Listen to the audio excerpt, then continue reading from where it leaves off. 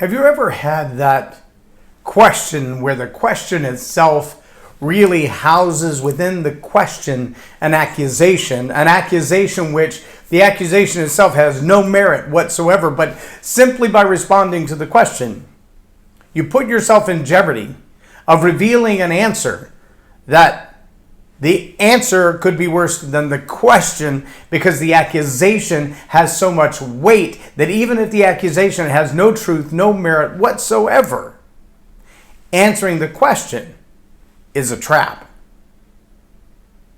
See, the question may sound something like, have you stopped beating your wife yet? Welcome to Leading Leaders Podcast. 5-minute videos, 5 days a week. I'm J Loren Norris with Leading Leaders Podcast. And we find ourselves in a strange evolution in time in 2020, as if 2020 wasn't weird enough. But there's been a constant shift. I don't want this conversation to be focused on political, because I don't want people to think, oh, that's about politics, that's about religion, let's just dismiss it. This is a leadership question that is a very powerful challenge for leaders. If you've ever been accused of something where the accusation itself had no merit and the truth itself was so buried in the weight of the accusation that the truth would never come to the light of day, that the truth itself would be hard to prove, then you know the challenge that I'm talking about. But let me take that one step further, because today what we see in 2020 over and over and over, and in the media is probably the easiest place for me to point it out, and in the political circles, because we're in a campaign year, is one of the places that it's most prominent, but it happens to people every day. It happens to people at all levels. It happens in the workplace. It happens at home.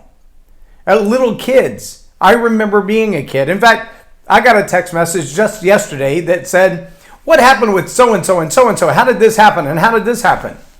And I gave the details of the facts and said, well, here's what I know happened while I was present. It was like this and this and this. And they're like, oh, well, that doesn't fit the story that I'm getting.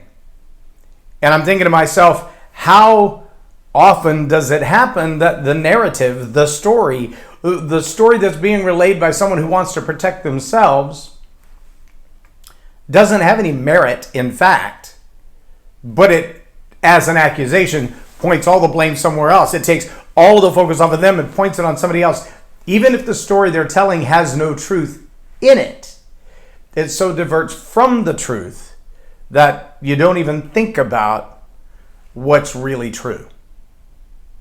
I had a dream last night, and that's kind of what has prompted this conversation in my head.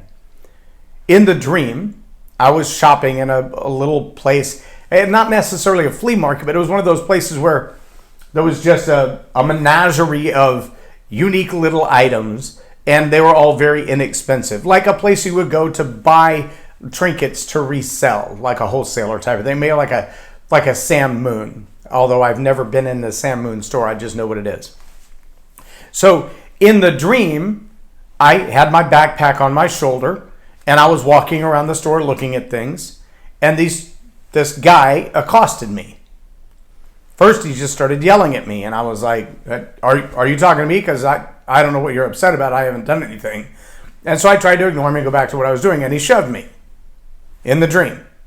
Well, in the dream, when he shoved me, as I was stumbling backward, I stumbled into another guy who then pushes me the other way, and I'm looking at him, and I'm going, what is with you two? So I literally ignored them both and turned to walk away. And as I turned to walk away, they started shouting more obscene things at me and making accusations. And I'm like, I don't even know you guys. Why are you here? What is the problem? And eventually one starts shoving me toward the doorway, but I'm holding onto my backpack pretty tight. And as I start down the stairs, one guy throws the other guy a black bag, and as he catches it, he opens it and throws some merchandise in it and then zips it back and goes running down the stairs yelling that I'd stolen the stuff that he was putting in the bag. And I'm like, I just watched you put it in the bag, and that's not even my bag. My bag is on my shoulder. And so why would I steal stuff and put it in somebody else's bag? It was really a bizarre scene until I get to the bottom of the stairs. And when I get to the bottom of the stairs, the cops are already there. And the owner of the store is already there. And now they're accusing me of having stolen all this stuff. Well, my first thought is, well, that's not even my bag. Why would I steal stuff and put it in somebody else's bag? That doesn't make any sense. I didn't come in with that bag. I had no intention of leaving with that bag. Why would you accuse me of that? And in the back of my mind, I'm thinking, what if they put in my backpack while I wasn't looking, while I was being shoved back and forth? What if I had actually put my backpack down in order to argue with this guy? They would have stuffed my backpack full of all kinds of stolen merchandise. Now, I don't know what their end game was. If they were going to get paid something by the cops if I got arrested. I don't know what it all was. I woke up from the dream at that point, but it was just that very annoying reality that we all live in today. We've seen it all across our country with the unrest in the streets. That the fingers are being pointed left and right, and I don't mean politically left and right, I mean in all directions being pointed, and accusations are flying. And those that we're watching on film do things that are damaging and destructive. They're harmful to our society. They're harmful to our culture. They're harmful to our history. And they're getting off scot-free. In fact, there are people who are sitting outside the sidelines paying for their bail money to continue the mayhem. While the people who are simply trying to defend themselves, defend their homes, defend their property, defend other people's property, are being prosecuted to the full extent of the law for doing what they had a legal right to do. It's totally baffling. But see, from a leadership standpoint, this shouldn't just be a lecture. This should be a serious conversation. We find ourselves in a time, in a season in our nation, in a history, in human history, a moment in human history where the truth doesn't seem to have the relevance of an accusation. Again, not because I want this to be a political conversation, but look at the Brett Kavanaugh hearings. All of the accusations that were brought against him and screamed from the mountaintops, all of which turned out to be unfounded allegations. Many, many, many times people just point and they scream and they yell to get the attention, to divert the attention. Now, I don't know if you know this or not, but I read about it years ago, and I've researched it again to make sure that I'm accurate. But there's something in the training of a lion that when you put a stool in front of his face, he can focus on the stick that the lion tamer is using. He can focus on the lion tamer just enough to pick out where he wants to eat him for lunch. But when you put the stool in front of his face, his ability to discern one leg from the other leg as that stool is being spun immobilizes him. He can't tell one leg from the other. And there are only a certain number of things, because of the way his vision and his brain work together, that the lion can't discern more than 3 items at a time and just freezes. Now, I know that sounds silly. Look it up. The reason they use a 3-legged stool is because it confuses the lion into silence. If we as a society reach the place where the accusation, the distraction of the accusation is so powerful that the truth becomes irrelevant.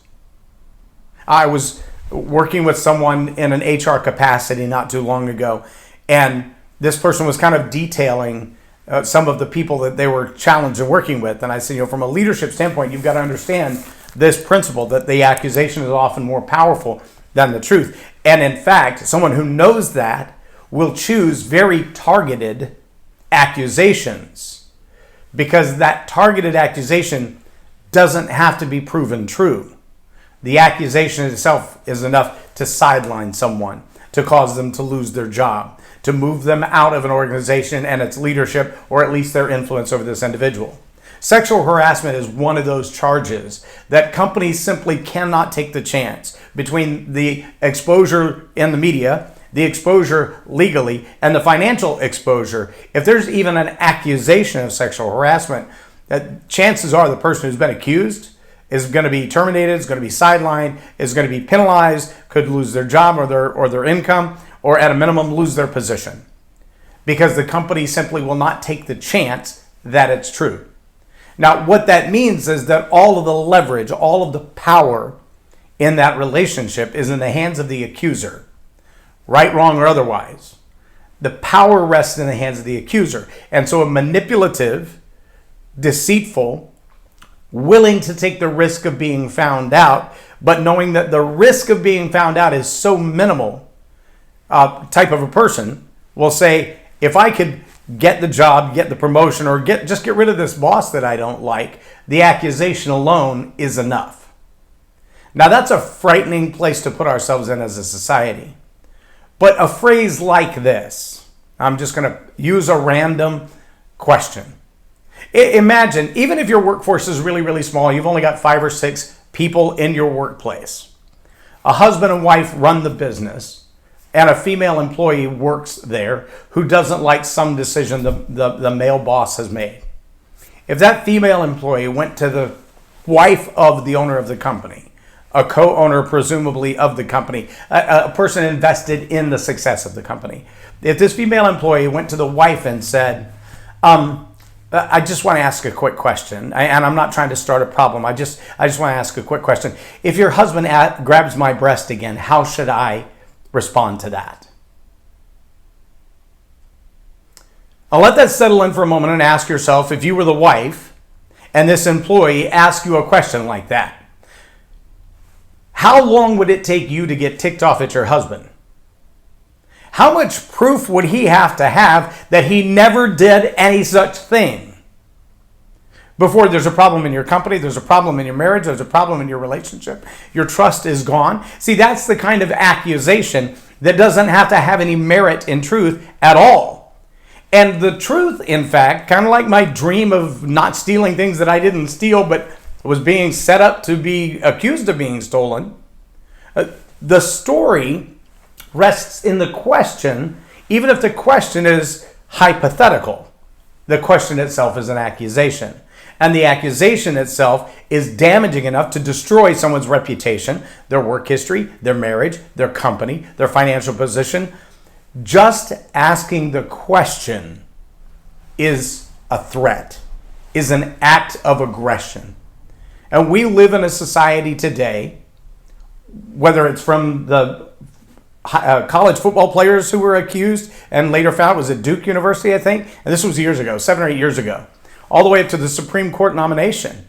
Accusations that were found to be unfounded, unjust accusations. There was no legal course behind them whatsoever, but the accusation itself was enough to create a national uproar in the media.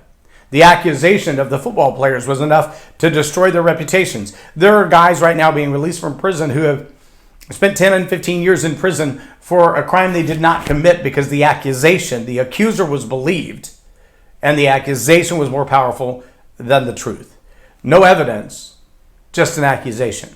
Now, if we continue on the path that we're on as a society, prosecuting based on accusations, and by prosecution, I don't necessarily mean that the legal course has come to its end and the judge and the jury have decided that the evidence is in favor of the accuser.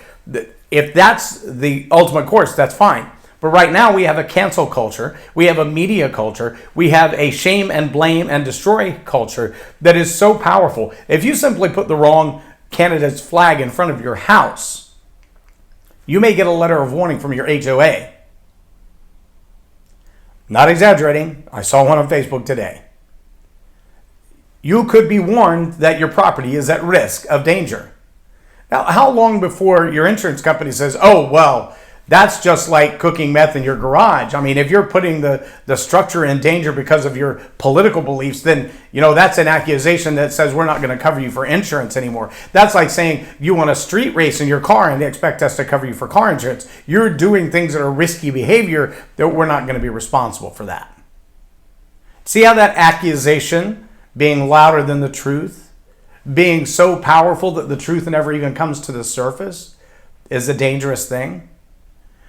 I hope I've laid out a good enough illustration of this point to get a conversation going, because I really do believe that as we continue to proceed in 2020 and in the future, leaders at every level need to begin to ask the question, how will we get to the truth when the accusation is so bold, so inflammatory, that the accusation itself could destroy our company, our organization, or our team. Just the accusation. Even if there's no merit in it, even if the reality of what happened doesn't meet the standards of the accusation, just the accusation could bring us down. How, as leaders, do we deal with that? That's a genuine question. And I would love it if someone would have the time and the integrity, not just to watch this video, but to share some comments. In fact, shoot another video and share this with your video and reply. Let's get this conversation started. It is a very important conversation, not just for our election cycle, not just for politics in America, but worldwide. I was just watching a video today about uprisings in the street in another nation based on accusations of what is happening in their country. It's a big deal. And the sad thing is, the only reason the uprisings are happening, if this video is accurate, is because it's been so long that the violence they're protesting has been ignored and swept under the carpet. So this is an accusation that has a lot of power and influence behind it. But if the accusation is untrue, it could be a bigger problem than the problem they're revolting against. See the challenge? As leaders, we've got to get a handle on this and figure out, where do we draw the line? Where do we say, this is truth? Is truth absolute? Or is truth like beauty only in the eye of the beholder? How do you handle it as a leader when the accusation is more damaging than the answer of whether it's true or not? I'm J Loren Norris with Leading Leaders Podcast for Tell It Like It Is TV. Have a blessed day. Subscribe now for our extensive video library of leadership lessons promoting faith, family, and freedom.